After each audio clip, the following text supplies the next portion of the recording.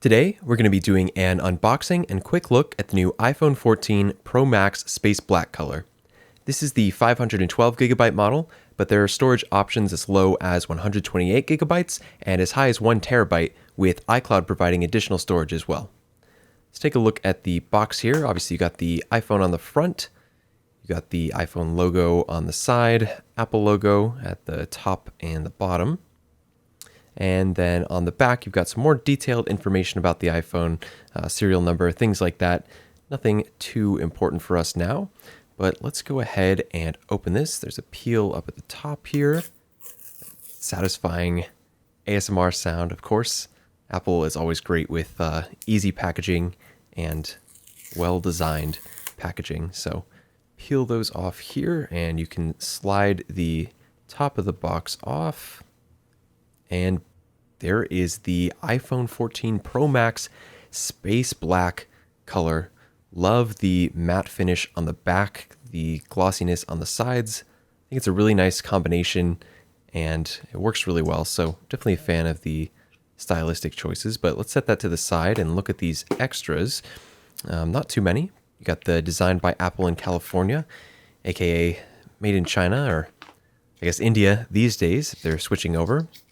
Got some information about the physical SIM now being an eSIM, some basic information about the iPhone, and an Apple sticker. Nice to see them always include this, standard with pretty much every Apple product. So let's put that back in there.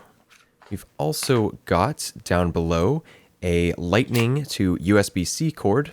Obviously, Apple not including the power brick, which is at the dismay of some people, but then again, if you are buying this iPhone, chances are it's not your first iPhone and you have a power brick laying around somewhere. But still, it's always nice to see that included. I'm still definitely looking forward to the days when we fully switch over to USB-C, but it seems like we'll have to wait another generation for that. Taking a look at the iPhone itself here, it's got some paper on it indicating where the buttons are. You can see on the side there's the power button. Trying to get that gloss to come across, though it's a bit dark. At the back you got the cameras, or the camera I should say, that certainly sticks out there. It doesn't seem like it'll be flat on a table. Let's do this peel, and boom, there you go. Got the light reflecting in the back, but it's always nice to do an unveil like that on a new piece of tech where it's fingerprint free, and for the first time and only time, it will be in pristine condition. Look at the bottom there with the speakers and plug for power. Trying to get it to turn on. Let's see. There we go. The Apple logo is booting up. Yeah, you can kind of see how those lenses jut out from the back. But overall, I like the shape. You know, it's pretty standard iPhone shape. There we go. Turning on. And up at the top, you can see the punch out for the selfie camera. If you see that red dot flashing, that's just my camera picking up on the IR sensor, but the human eye doesn't actually see that. And next I wanted to get a comparison between the 14 Pro Max and my iPhone 8 Plus, which is what I'm upgrading from. And you can see just the differences in how many iPhone generations it's been. Obviously such huge lenses in the back for the 14 Pro Max, and just a thicker phone overall, and just seems a lot bigger. Though realistically, like front-facing wise, they are pretty much the same size. There's of course a lot more real estate on the 14 Pro Max though.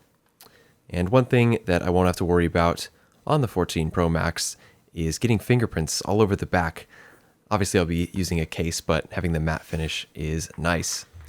And just looking at the boxes there, the iPhone boxes have gotten a lot thinner since the 8 Plus, so I guess it's nice to see for waste reasons, but I think the reason they're able to do that is not including that power brick that they used to as well. So that's certainly helpful. You can see them stacked up side by side there, but overall the designs have stayed pretty similar in terms of what Apple's showing you.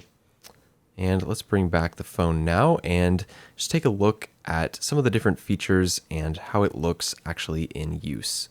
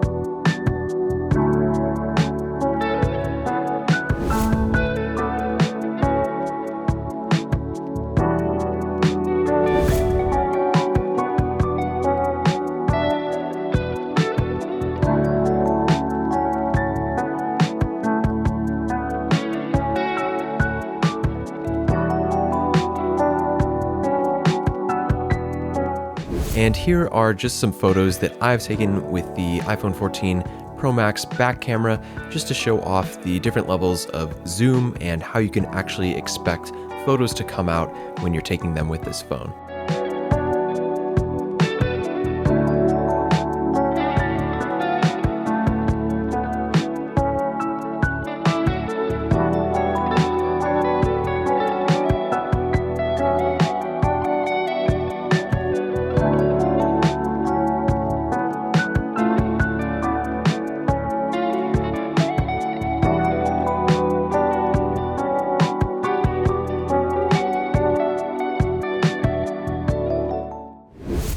As always, thanks for watching. Make sure to hit the like button down below and also subscribe for more gaming and technology related videos. That's all for this one, and I'll see you next time.